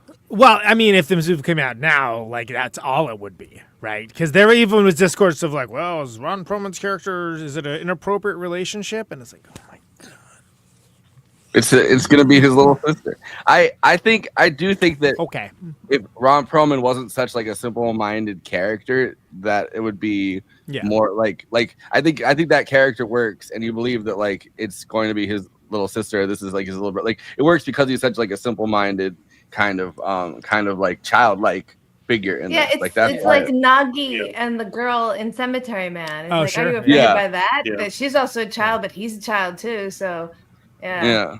They really try to find things that really aren't there, and I hate that. Yeah. Curious. I really loved when this movie was almost too French, that like the joke was it was being extra French. Like, for example, the scene where the conjoined twins are smoking a cigarette and the other one poofs out the smoke. Blows out the smoke. So good. Love that. Yeah. That's like such a Charlie Chaplin joke where you were like, what if you made it a little French? Oh, let it be a cigarette and let it be conjoined twins. And like, no. Or when the staircase is like an accordion. Like sorry, what? Yeah, the staircase is an accordion. Right, exactly. Yeah. That's a good one. That is the most French thing I've ever seen in my life. Yeah. Absolutely. I mean, I think that the whole thing, right? Like, we were talking about, like, oh, well, this kind of Charlie Chaplin-esque kind of thing. Could you do it today? And I think, like, just thinking back to like Triplets of Belleville, like that kind of thing, where that movie was also excessively French. Like every kind of character in it, but it's animated. But there's no real like the dialogue in that isn't even really there, right? Like it's a silent kind of French. It's basically film. a silent movie, yeah. Yeah, and I think that like I think French people could get away with that a lot easier than like an American director could. Like we're primed to be like, all right, but where's the dialogue, or where's the clear cut thing? Like, can you just spell it out for me? Like, is this a dream? Is it not? Like, so they can get away with that in a way because there's an entire film industry that is celebrated by an entire award system to celebrate French cinema. That is on the level. The Césars are on the same level as the Oscars there, and for the same reason, why are there so many biopics? You know, it's like there's certain things do well for those kinds of awards. So there's a rich tradition of it, and then there's also like a maybe more cynical sensibility of, well, these kind of movies do well, let's try that. And then even in ones that maybe have creative visions that are huge and world spanning, like this film, there's still going to be like certain things that are included just because it's like that's the world of cinema that you're immersed in. They've also set it up that same French award system, right, where it's like like every independent or like every like interesting director still wants to get their film into Cannes and like have everybody rate it there and like win the Golden Palm. And it's like they've set themselves up as a world cinema hub pretty much because directors from all over the world are coming to be like, please look at my film. And then they're like, oh, please give it a 10-minute standing ovation. If it's below 5, it sucks. Look, I made a thing for French people in it. Right. But again, Hundreds of Beavers, despite the fact that there's lots of sound effects, it is ostensibly a silent film. And pulled off in a way that is it a real life cartoon? Yes, absolutely. But like in the best possible sense of the term. Like it can be done, and it can also be done mixing the form of other types of media. Like the fact that, okay, cool, you know, when Chappell's making the Gold Rush, he could not have envisioned Oregon Trail. He didn't understand video games. The video games didn't exist yet. Yet the people making Hundreds of Beavers did. And they included that aspect. And that makes it unique enough its time. Oops, sorry. There was a movie I saw a couple of weeks ago. It's animated. It is a sound film. There's no dialogue. It's all non-anthropomorphic animals. It's called Flow, and that does an incredible thing. I heard that's great. Yeah, without any dialogue, without even any human characters, creating this dreamlike world, and even communicating this communication between all these different species of animals, which still creates like a story, and you still get this incredible visual spectacle. So it can be done. It's just like you need to earn the faith of the people who actually like greenlight this stuff. Or be Mel Brooks, because as mentioned in the comments, he did make a silent film called Silent Movie. Yeah. And Marcel Marceau is the only spoken word in the entire movie is Marcel Marceau. I'm also forgetting that they did Fool's Paradise starring Charlie Day, which is him basically doing Charlie Chaplin, where everyone else talks in the movie, but he never talks, and he does tons of Charlie Chaplin jokes throughout the whole thing. Yeah. It actually holds together really well. I enjoyed that. Yeah. He's a very frenetic, like cartoon, almost like over the top cartoonish style. He could be a French clown. Yeah, absolutely. Yeah. And Wall-E too. Like that was deliberately inspired by Chaplin and Keaton and all the silent comedians. Wallow. Yeah. One of only a few animated films in the Criterion Collection: Wall-E and Watership Down. Wow, that's an exercise in contrast, isn't it? Yeah, boy. Love them both, but wow. Okay. What a double. Yeah, exactly. Lots of steampunk happening here. You know, that's come to be something that kind of jumped up as a niche culture, got mainstream, fell out of the mainstream, went back in the mainstream again, so on and so on. But I think it's interesting to see sort of the evolution of that. This is definitely more on come from the tactile Gilliam side, right? I think probably the next time we see that hitting in larger cultural milieus is to the animation. Yeah, for the most part. And then like you don't see it for a while after that. But we talked about that bit with Akira. And we've talked about it, Blade Runner is one of the OGs as well. That you don't like see a lot of movement on that as a look or a change from here. But this is definitely, once again, you can tell they were marinating on this for a really, really long time because they have every part of it figured out, and it feels very like it's real. Starting in the 80s, you know. Right, exactly. It's just such an immersive world. Like there's no gaps in it at all. Like the second there's a couple second gap, they just add like a character that you never see again or an animal. Like or a flea. How about the whole like the flea as the MacGuffin to get them to like do the thing they want, and the early computer animation that actually doesn't look that terrible. I think compared to some of this garbage we're being served up all the time. Yeah, for 1995, it's great. It's fantastic. Does not look like the Jumanji monkeys. Let's put it that way. Yeah. The actor Jean-Claude Dreyfus is the same guy that plays like the evil like house owner that's the butcher that's turning everyone into human meat. Oh, that's right. Yeah. And he's the one that has the flea in this, and he kind of just becomes a somewhat sympathetic character. I like that there's like a whole backstory that they only show you in kind of pictures where he was originally a circus owner that he was the one that found the octopus and then had the octopus in a blue cage, and they say like this line, they're like, I hated that blue cage or something, and then the octopus escaped, and now he's kind of just like an overweight and like kind of drunk kind of character or whatever, and they kind of flirt with him until he does what they want, what they want for for a day or something, and then they just leave him to kind of rot in his own flesh soup or whatever. But right. but that shows how like immersive this world is. Like that's literally like a 5-second reveal when they pull up the thing on the box, and it's like literally a picture of them as the circus freaks and him as the ringmaster. Yeah, which is their background, right?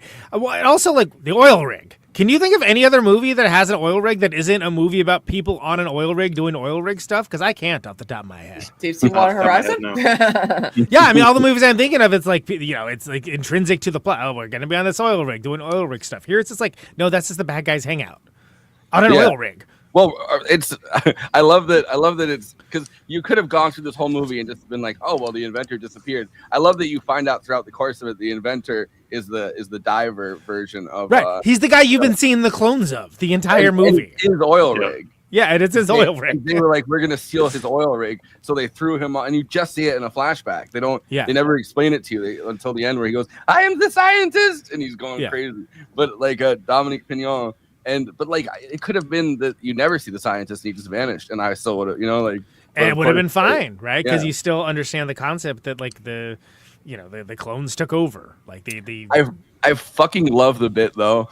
It cracks me up so much. It's the brain. It's when the brain convinces one of them that he's the original, just to fuck with him. And to manipulate him. Yeah. Completely convinced that he's the original, and then finally. The diver Dominique Pinon realizes he's the original. He comes in and he's like, "I'm the original," and then every single one of the Dominique Pinon clones goes, "He's the original. He's the original." And then that one guy goes, "I thought I was the original." Yeah, that's great. That's a good gag. Yeah, but that gag takes the entire movie to set up. Like it's cute. It's a long setup for a payoff. Well, and I love the brain. The brain character is great. Like I mean, like that's awesome. Like and how nice is it to finally see like a disembodied brain and not have it be like, well, this is the MacGuffin of the entire movie, or this is the final boss or whatever. It's like, no, it's just the brain. It talks to a speaker. But that's also like weird. When there's a narrator, right? When the narrator is telling you the story in a fairy tale, you're never picturing the narrator. That's right. Yeah. And it's like, what if it really was? What if every fairy tale from the beginning of time, like the Brothers Grimm, right? They're just a brain in a vat that's kind of telling you these stories, and someone's like, okay, and writing them down, like. You just accept that they're the one telling the story. You don't think about them. You think about what they're talking about.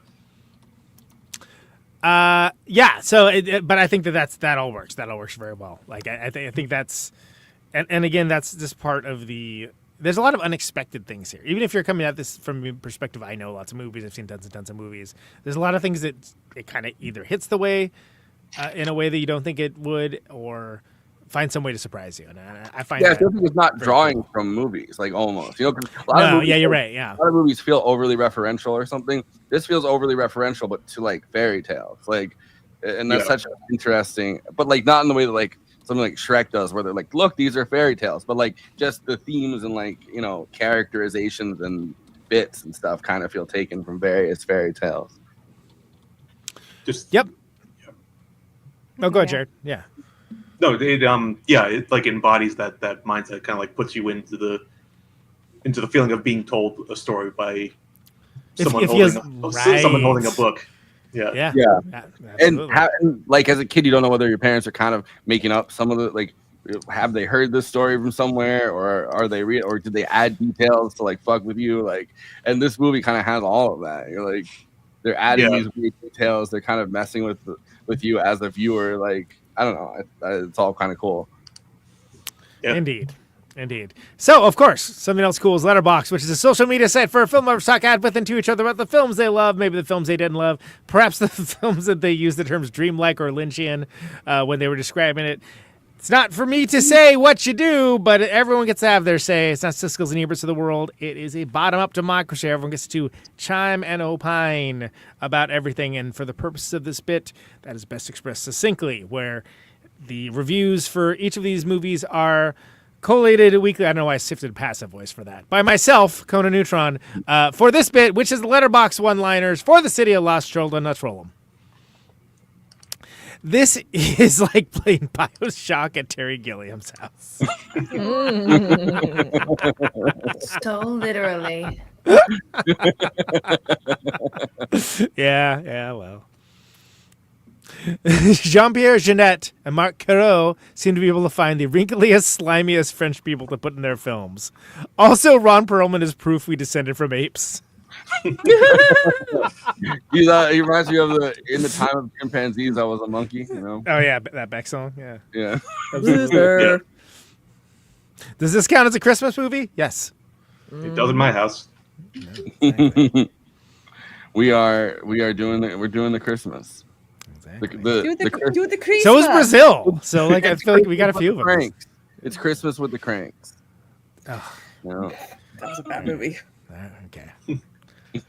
Opium addicted flea circus master is Pantone's color of 2024.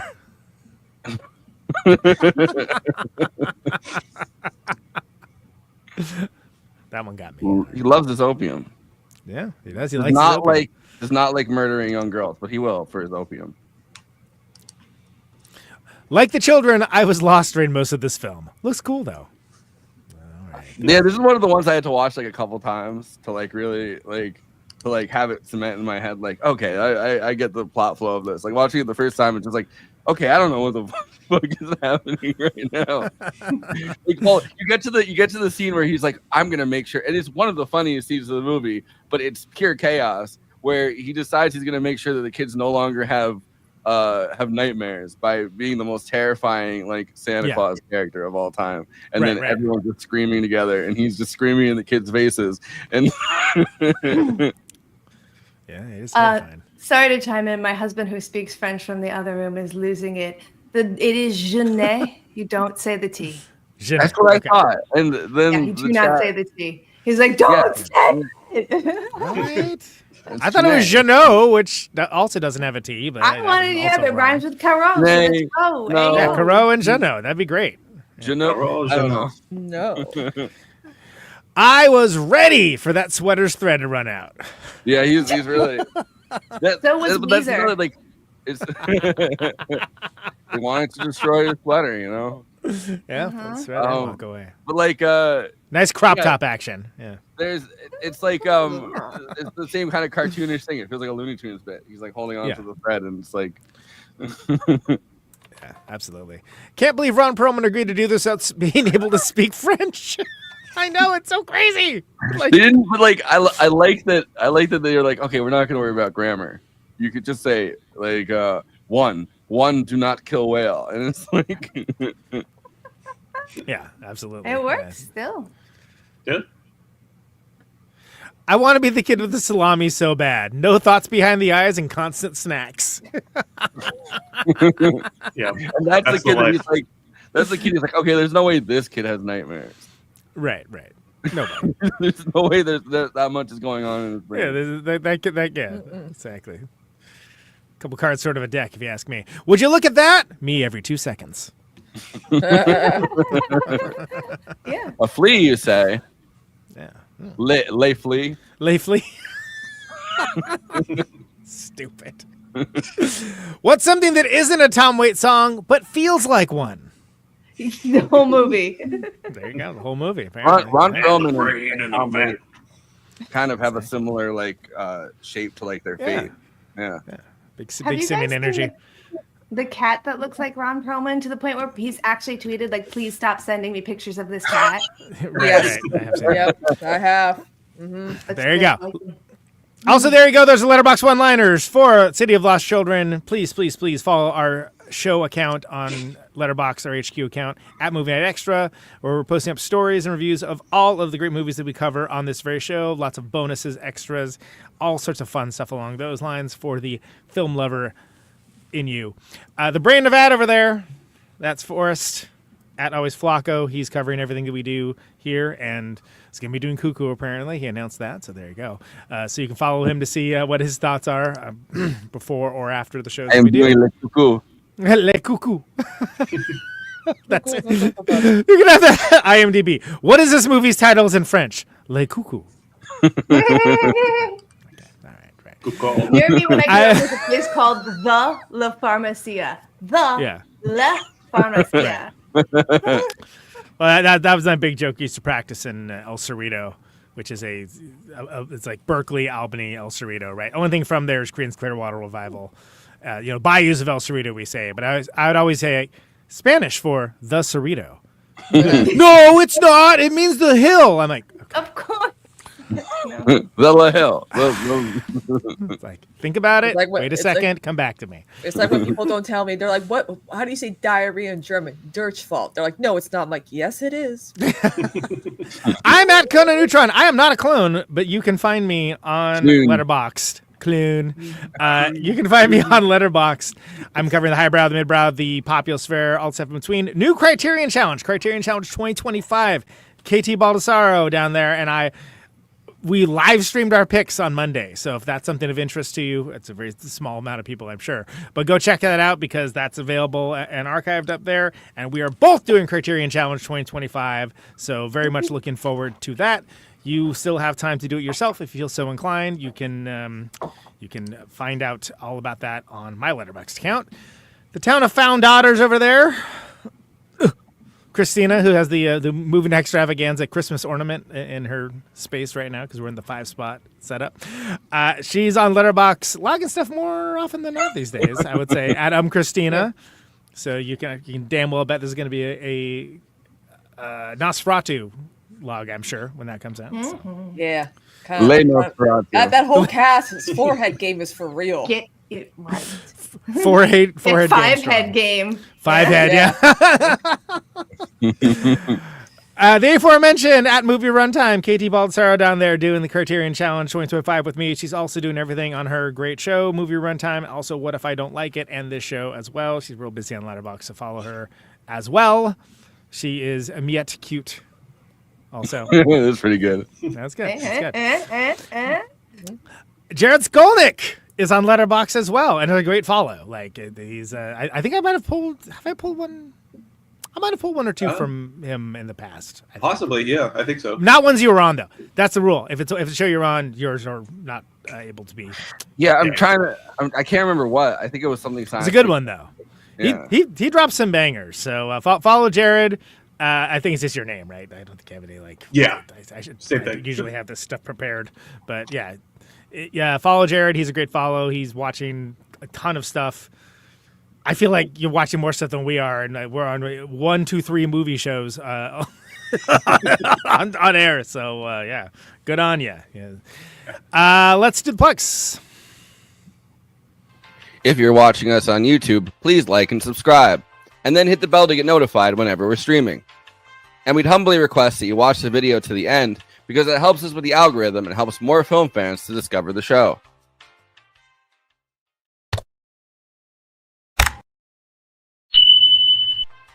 We're also monetized. If you want to get your chat questions definitely read on stream, you can always send us a super chat, which will help us keep the show going. Every cent helps. If you're watching on Twitch, you can gift us a free sub on Amazon Prime with your Prime membership, but getting subs on Twitch is always appreciated, and it helps to follow us on there as well. We also have an audio feed, which is available wherever you download podcasts, if you prefer to listen to podcasts rather than watch the stream. That's updated usually the same day we stream, but watching on YouTube and Twitch is the best way to get the show first, live as it happens. If you want to support us with a monthly donation and get access to all of our after parties forever, which go patron only after we do them, you can become a patron at patreon.com/Movie Night Extra. Link is in the description for that. It really helps us keep the show going since we do have some expenses to make this happen. We also have a Discord community. Link is in the description for that. We sometimes watch movies we cover on there. We get into conversations about everything from film to TV shows to related podcasts. We even have a Discord channel for memes. It's really fun on there. You can find us on all the social media platforms: Facebook, Instagram, Blue Sky, Twitter, and Threads. You connect with us on all of those. Talk to us. We'd love to hear from you. Lastly, we recently made a TikTok at Movie Night Extra where we're putting up short-form clips from the episodes. Okay, passing this to Conan so he can tell you about his music and this week's Protonic Reversal. Conan, who's on Protonic this week? Yes, indeed. So the Brant Bjork episode, Brant Bjork of Kaya, Stoner, Brant Bjork Trio, etc., that is going out to the general feed listeners tomorrow. It's still up for patrons. we have Jamie Stillman of Earthquaker Devices, as well as Harriet the Spy, Party of Helicopters. That's still in the patron queue, $1 a month. Patreon.com/Protonic Reversal. One of the last Protonic Reversals of the year is going to be Kerosene 454, the guys from Kerosene 454, Eric Deno and Darren Zentek. Darren also plays drums for Jay Robbins' band and Office of Future Plans. So looking forward to that. There's a re-release of the Kerosene 454 album. ProtonicReversal.com for all that. Streams Thursdays, 8 Eastern, 7 Central, 6 Mountain, 5 Pacific. Best of the year albums, like my favorite albums of the year, dropping very soon. I literally just need to record it. It's all ready to go. So that's coming up as well. New Secret Friend stuff. There'll be some news in January. Nothing right now. NeutronFriends.bandcamp.com. Still just slanging them posters and overstock hoodies and things along those lines. Kristina, what do you got?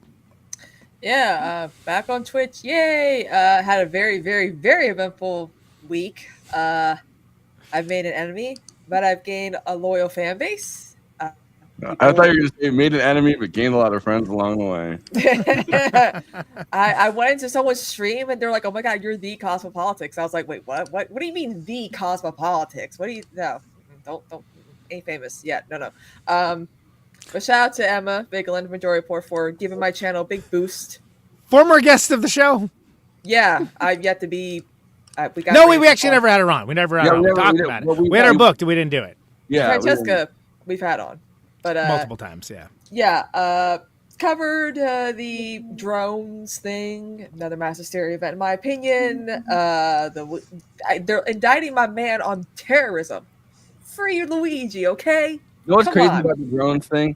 The day after the drone, like everyone really started freaking out about it, there was a meteor shower, and I feel like people were seeing the meteors because I went outside and walked Audrey and I saw four meet, like it was beautiful. Like I saw 4 shooting stars, but I wonder how many people saw that event happening and those drones. Yeah, they were like, those are drones too. They're shooting. Yes, that's exactly what happened. People are now thinking constellations are drones, but also too, Shadow Saturday, we are finally into a very big, important plot in Dark Shadows. Victoria seanced herself into 1795, and we're finally introduced to the legendary witch Angelique, who is responsible for turning Barnabas into a vampire. So shit's getting crazy now. Shit's getting crazy. We're in 1795, and it's getting good. How many more episodes do you have left of that? Like 1,000 and plus more. Like it's a soap opera. It's a lot. Yeah, it was on for a long time. Yeah, it was 1966 to like 72. So we're like on episode 300 and something. Nice. Yeah, it's been fun. But yeah, it's been interesting being the topic of discussion among other lefty streamers and podcasters. But oh well. More. You didn't even have to leave your computer area to become the topic of conversation. You could just do it from home. Yeah, that's what I call working from home. KT, what do you got? I got the episode coming up with my friend Lisa. We're gonna have her see Back to the Future 2. After having grown up loving Back to the Future 1 and Back to the Future 3, but never seeing Back to the Future 2. You're going to have to come and watch to figure out how the hell that happened and why the hell that happened. And if she winds up liking it tomorrow, we're going to sit down and then record that. But it'll come out on the 1st because I'm doing episodes once a month on my own show. A bunch of times with you guys, obviously still TikToking, got a new logo for the next coming year. We're going to do the Criterion Challenge. Really love choosing the movies with you. Yeah. Thank you. Yeah, thank you so much. Yeah, the logo. I think if I actually turned myself into an audio avatar right now, I might. There it is. Yeah, there it is. There you go. Anyway, there you go. Just drew that yesterday. Yeah. Your old logo is on the shirt of the new logo, which is a special kind of recursion that I really enjoy. Well, the logo for What If I Don't Like It is on this shirt. So, the podcast that I'm on. And then behind me, it says Girl in the Basement on the strip of film. And then on the placard, it says my name. There's Easter eggs all up in that shit. You're getting all the plugs in one image. It's great. That's a good idea. We're not going to do plugs anymore. Just look at this. And look at this logo. It's enough. You guys got a couple like nice comments on the Criterion Challenge stream. People yeah? being Yeah, They yeah. didn't completely even know what the Criterion Challenge was. Until they watched it. We are legion. If you're listening and you're like scared of the Criterion Challenge, do know that one of my choices is a video anthology of Beastie Boys videos. The other one's The Rock too. And the other one is The fucking Rock, bitch. Okay, so you can have fun. You don't have to cry to French movies when you do this challenge. Although I do have La Petite Soledad on, so I probably will wind up getting my French in anyway. I'm a huge fan, as everyone in the show knows, because they talk about it all the time. But it's nice to have some company doing it. And again, if it's something you're interested in, you got a couple weeks to. I mean, technically speaking, you even join late if you wanted to. It's a little bit of work, but it's rewarding. I've really enjoyed it. If you're a fucking freak like me and you're watching 250 films anyway, why can't 50 of them be for a thing? Like that's not even half. I've watched 232 films so far, and the year is not yet over. It is weirdly motivating to be like, look, it's part of a challenge. I'm going to be behind in the challenge if I don't do this. Like, there you go. Jared, what do you got? Well, I recently completed the screenplay for a horror comedy film with my co-writer, Jacob Davison. It's called Woodfellas. Boo, boo, boo, boo. It's a comedy about three Boston mobsters who are taking a witness out into the woods to take care of her, and inadvertently run into a sort of a death cult, if you will. And so basically the elevator pitch is Sopranos characters find themselves in Midsommar. So that's a great pitch. I love that. So that makes me 100% want to watch it. Yeah, I'm glad. We finished our script. We had a reading, and now we're shopping it around. So if you are someone who runs a major studio and want to read this, please, we can send it to you. Well, we have more people running. Send a super chat. Maybe we'll read on air. Yeah.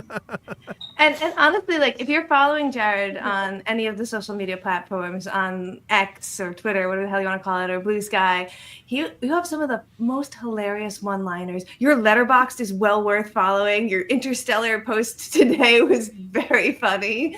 Like, it's indicative of how funny this script is what I'm trying to tell people. Like, you can get a little amuse-bouche by following Jared on social media, and then know that this script is just all of that in a can. I love it. I think people buy this, make this so I can see it. That's very flattering. But Jared, do you have some final thoughts about City of Lost Children? Yeah, no, it's a classic. Big. It was a big part of my life when I was really starting to like develop as a filmmaker, and it still holds up. And I hope Jeunet gets to make something else in the future, and I get to be a part of that. Yeah, that would be sick. That'd be awesome. Katie, final thoughts? This was my favorite movie when I was 11. I think because I really identified with, strangely, the Ron Perlman character. And I was searching for a concept of identity and who I could be in a world that seemed really dystopian and maybe not as grandiose as I wanted it to be. And now watching it as an adult, I really identify with the Miette character, who is completely disillusioned. And her name means crumb, because she is like the crumb of hope that we might have. This poor character is trying to, like, hanging on. And I find that this story winds up being so incredibly hopeful for both of those aspects of a person, where you're looking for something to tell you, hang on, keep imagining, there's a reason, there's beauty, even in the shit that is your reality. And would you believe that right now, as an American, I found that to be like really lovely. Yeah, it's definitely. It's crazy though that it was your favorite movie when you were 11. Such a fucking weirdo kid. Yeah, that and The Last Unicorn. Like, what was going on? Unadulterated, I was allowed to watch whatever I wanted. That's what was going on. Yeah, that's what was going on. Yeah. Kristina, final thoughts. Honestly, needed more Dutch angles. Not enough Dutch Not angles. enough, Need more. Hold on. There you go. That's good. Camera, please rotate. 15 degrees. Yeah. Right, fisheye and Dutch. Zoom and enhance. Final thoughts. Some of the most intense and immersive world building in modern times. Some of the best set design. I think it's got an otherworldly color palette. Great cast of characters that are a bunch of freaks, nerds, and weirdos. I think it's engrossing, befuddling, kind of funny, and a little macabre. I like it. It has all the vibes that so many both dystopian movies and fairy tales kind of strive for and usually fail. And I think this is a very worthy Gilliam-style entry for our dystopia month. It would be disingenuous not to include it, frankly, without being a ripoff. And it's one of a small number of films that actually does feel like a dream to me. Yeah, it really does capture that. I feel like this and like Night of the Hunter are like in a category of their own when it comes to like tapping into that like childhood fairy tale vein. Right. Yeah, you could actually make a pretty decent Letterboxd list with starting with those two. Yeah. But on Friday we're gonna be Letterboxd still somehow not a sponsor. Wise up, Letterboxd. Yeah. ALB, come on. Yeah, so on Friday we're going to be talking about Children of Men. It's our Redux episode because you know we want to cover it again, and I feel like it's a really dark time to cover it again with all of the anti-immigrant, anti-refugee stuff going on. Like literally, like Britain earlier this year had like a race riot pretty much where white Britons tried to like kill every refugee that they encountered pretty much. Like it's such a crazy time to cover it, but over something that didn't happen. It's like I don't like it hit me rewatching it hit me completely different this time than I think it did in like every last time I watched it. But we're gonna cover that, and then next Tuesday we're covering Blade Runner 2049, and that should be a fun time. Maybe Ryan Gosling will see Christina's tweets and jump on stream. Open invite. Yeah. Come on down. That's like that. Yeah. Come on down, Ken. If Wicked had come out 10 years ago, he would have been Fiyero. There you go. I saw an old Wizard of Oz SNL sketch he did where he was the Scarecrow, and I was like, oh, he would have ate. Yes. But I was gonna say, I hope all of you guys have wonderful dreams.